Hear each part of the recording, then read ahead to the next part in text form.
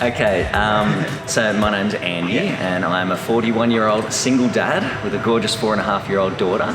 I live in DY, which is where I go to Crunch. I am a former professional tennis coach, a retired school teacher, currently a calisthenics athlete. I'm an ambassador for Muscle Republic and Icon Fit supplements. And I'm also a recovering addict and I have multiple sclerosis. So that's where I'm at this point in my life. I feel like I've always been super active. I was that kid at school that won all the cross countries. I was never a great sprinter, but I played all the sports. Sport was my favorite part of school. And I guess I pursued tennis coaching and different sort of surfing, skateboarding, those type of activities throughout most of my 20s and 30s. And then I think in 2015, that was when I signed up for a beach boot camp. And most of the stations were sort of bodyweight exercises. And that's where I discovered my love for calisthenics. I remember doing pull-ups on the swing set down by DY Beach and realized I'm quite handy at these, and wouldn't it be cool if I was able to pull up so high that I went over the bar. And after I'd done my first muscle up, that's when I got hooked on calisthenics.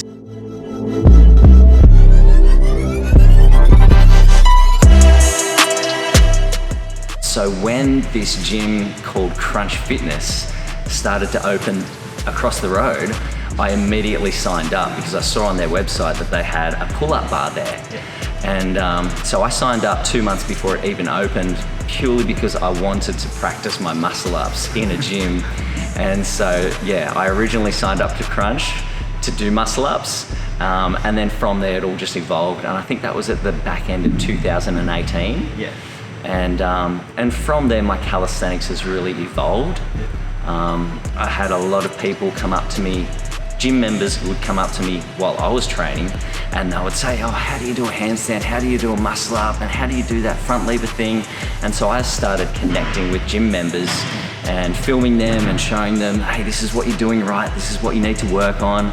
And it was from that I was able to build my connections, help create somewhat of a calisthenics culture out on the northern beaches.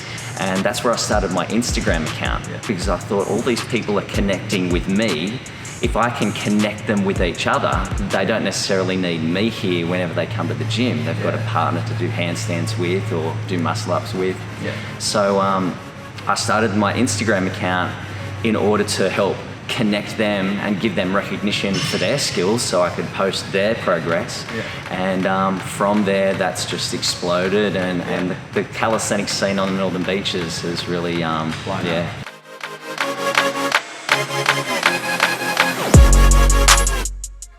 It's not a business for me, it's just a little passion project.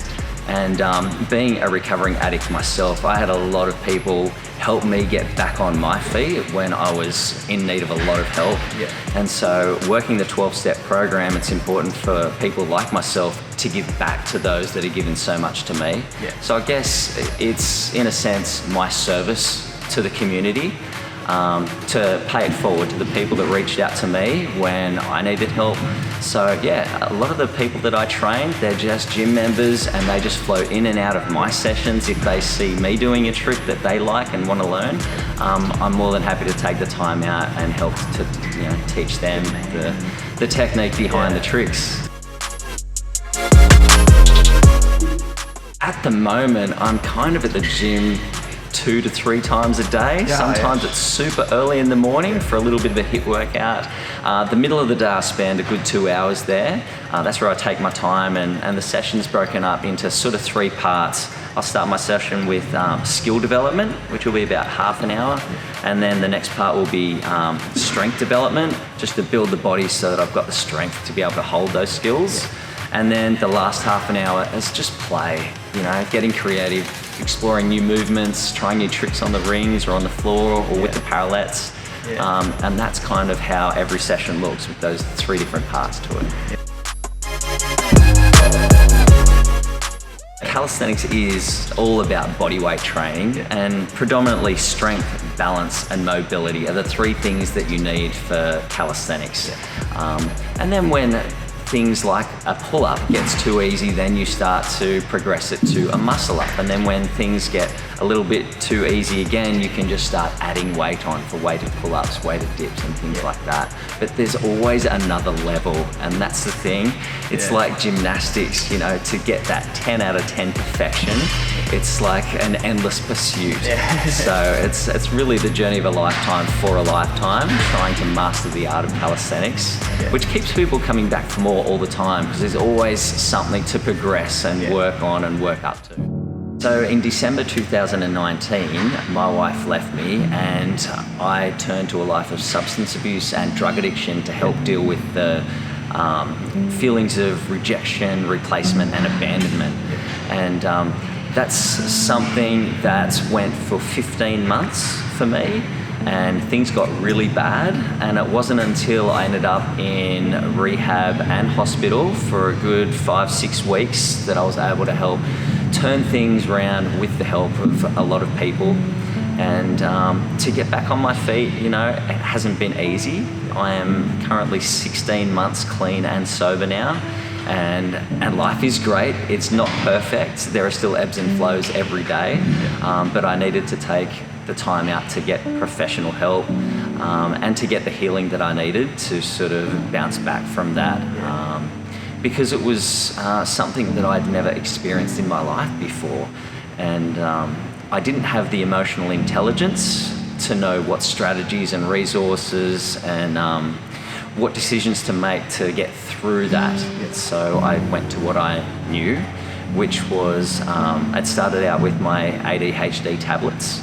I'm diagnosed ADHD. I wasn't taking my pills at the time, but I knew where I could get them. So that was my first thought. I would just go straight to a psychiatrist, a new one, lie to them, and that was the addict that was coming out of me. Before I was even a drug addict, the addict came out, and I went to the psychiatrist, I lied, and I lied my way into getting 200 tablets every 2 months.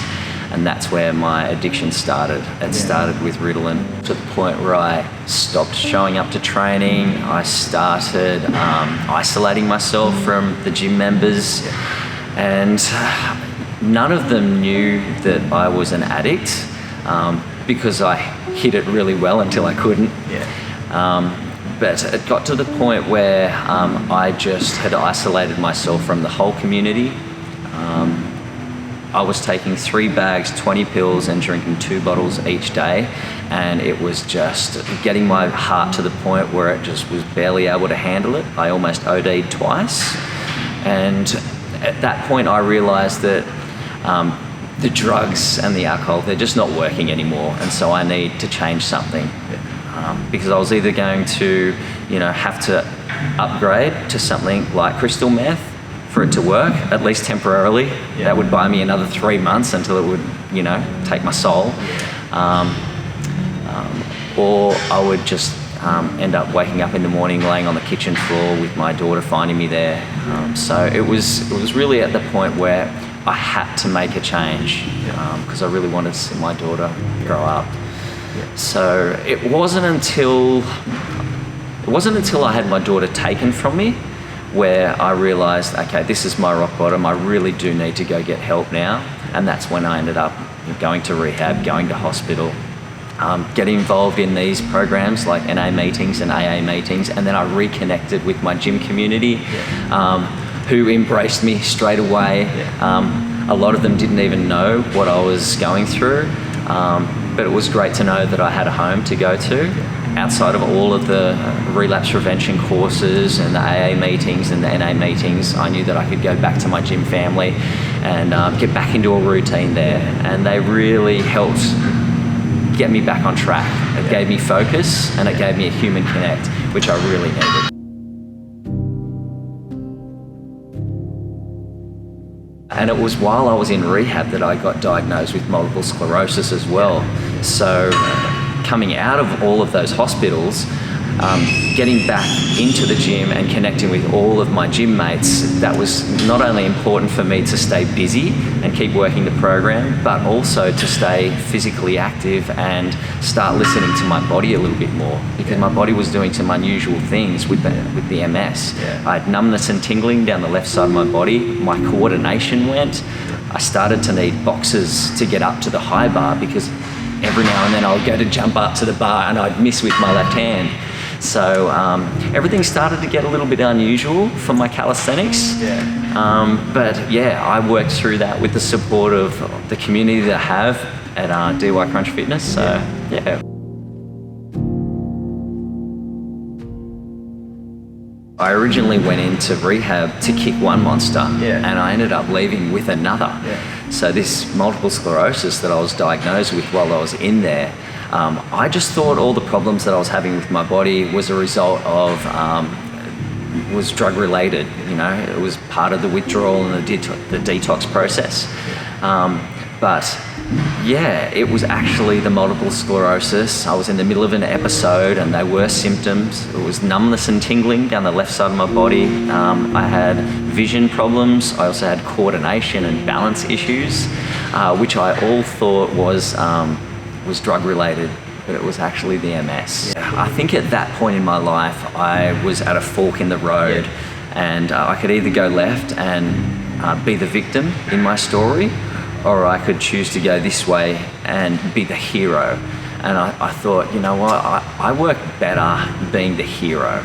I like the thought of being backed into a corner and all these odds stacked against me, because it gives me a chance to be the underdog and rise above. And I've always loved watching those movies growing up where, you know, the underdog comes up to rise up against all odds and overcome things. And so, yeah, that was my attitude. And I needed to make that daily, that choice. What else do you do when a doctor says to you, okay, you have an incurable disease, it's a chronic illness, and one day you'll likely lose your vision and you won't be able to walk? And it's like, okay, I'm 41 years old, what do I do with that information now? And I have a 4.5-year-old daughter. So I can either just accept it, and these are the things that I'm supposed to be feeling. I'm supposed to be fatigued. I'm not supposed to work out hard because I will overheat and that won't be good for my body. Or I can try to be the exception to the rule, which is what I've been trying to do every day. I've just been not listening to the symptoms of what I'm supposed to be feeling, and just getting on with it and seeing how far I can go.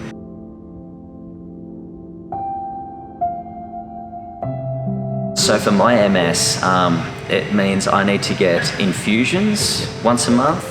I have to get MRIs once every 3 months, and I have to get a lumbar puncture every 6 months. And I also have to send blood work to Denmark every 3 months as well, so they can keep an eye on what's happening on the inside. I think the things that I can control with my MS are physical activity, mental health, and good nutrition. All the other things I can't control. I can't control how my body is going to react to this disease. I can take the medication and I can have as much B12 as I want, but at the end of the day, these 3 things are the most important. It's clean eating, good nutrition, lots of sleep, physical activity, and of course, making sure my mental health is on track. So when my daughter was born, I originally pulled back from school teaching to look after her full time, while my wife at the time ran a ballet company. And so we were pretty much inseparable from birth. So when it got to the point where she was taken from me, and she was for 3 months when I got really bad, that crushed me. And so I originally went to go get help at a rehab for her. But it was when I was in there, I realized I need to be doing this for me, because I need some healing out of this. So, yeah. And that's the beautiful thing about calisthenics, because we focus not so much on how our body looks, but what we can do with our body. And I think that's why I keep on trying to reinforce, you know, make calisthenics look inclusive, inspiring, and fun, so that everyone wants to get in and have a go.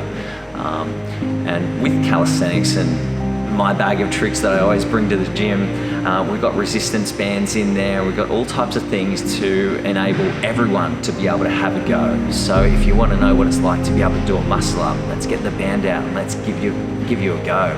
And we've got the parallettes as well, so we can assist people with their handstands. It makes it a little bit easier to have something to hold on to. And yeah, I think that it's just really important for people to realize that no one's watching and critiquing you when you have a go at this stuff. I have observed that a lot more girls have been more comfortable putting themselves out there than the guys. The girls tend to be really confident in having a go at things on the rings and on the bar, whereas a little more ego there for the guys to attempt a muscle up in front of, you know, everyone else at the gym, knowing that you could potentially not get over the bar.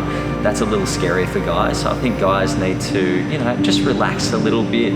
And you know, our whole mantra is, you know, take your training seriously, but don't take yourself too seriously. Just get in there and have a go. And in calisthenics, you know, everyone is going to fail. Everyone is going to fail at some point. There's no one in the world that's been able to hold a handstand forever. Everyone comes down eventually. And same with all of those static skills and different tricks. Like the set has to end eventually. That static hold has to end eventually. So, you know, you just got to get in there and have a crack.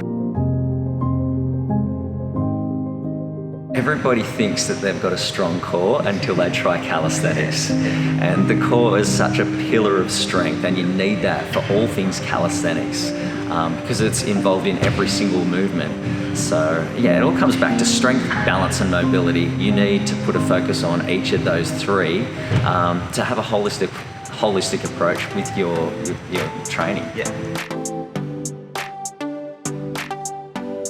I think if you were a first timer at Crunch and you didn't know what to do, I would just think about 4 things. I would think pull-ups, push-ups, dips, and squats. They would be the 4 things that I would focus on as far as goals are concerned, because from those 4 come everything else.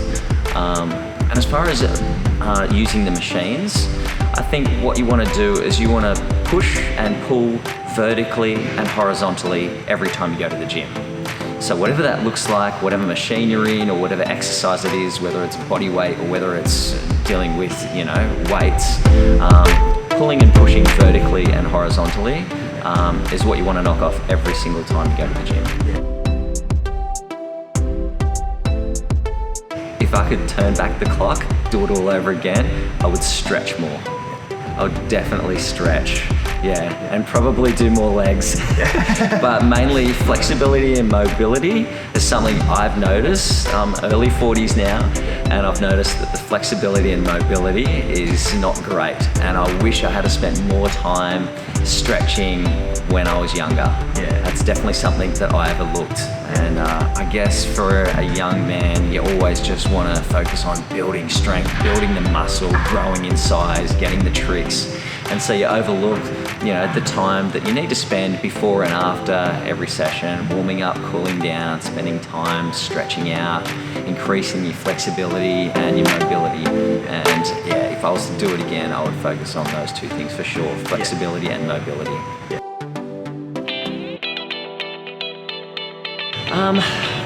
Moving forward in life is interesting for me because I don't necessarily know how it's going to look. I don't know how my multiple sclerosis is going to affect me physically and mentally. I'm a single parent at the moment, and living on the northern beaches is not cheap. So I'm thinking about, you know, where I'm going to be living this time next year. As far as my training is concerned, I'm just going to keep on doing what I'm doing, seeing how much stronger I can get. I'm 41 years old, but I certainly haven't reached the peak of my performance. I want to keep sort of seeing, you know, how much I can improve. And I'm not too sure what else to do other than just to keep doing what I'm doing. It's important for me to stay consistent and stay in routine. So what I'm doing today, I'll do tomorrow and the next day. Unless my body gives me a reason to change my direction, I'll continue on the same path at the moment. And I do have a pretty structured routine each week, and it is good for my mental health and physical health. But I also have room for movement as well, so that I can say yes to opportunities like this to be able to share my story. And I've got a few opportunities to share my story with other recovering addicts working in hospitals and institutions and different rehabs. That's an opportunity that I always want to be able to say yes to. So there's always time in my week to be able to deviate from my normal routine to be able to make time for it. My advice to those people that are up against something in life would be no matter what you've done or no matter what has happened to you, you've got a decision to make right now, and that is you can either choose to be the victim in your story, or you can choose to be the hero and overcome whatever it is that has been dealt to you in life. And you can choose to be the inspiration for other people through your story to be the hero as well. And yeah, that's what I would recommend to people. Yeah, choose not to be the victim, be the hero. And yeah, I think that'd be good. Yeah, well, I think everyone here today sort of can grab something from your words, and it's a pretty inspiring story. So yeah, thanks for coming on. Thanks, Ben. Cheers. Thanks for having us. Thank you. Thanks for having me. Yeah, that's it.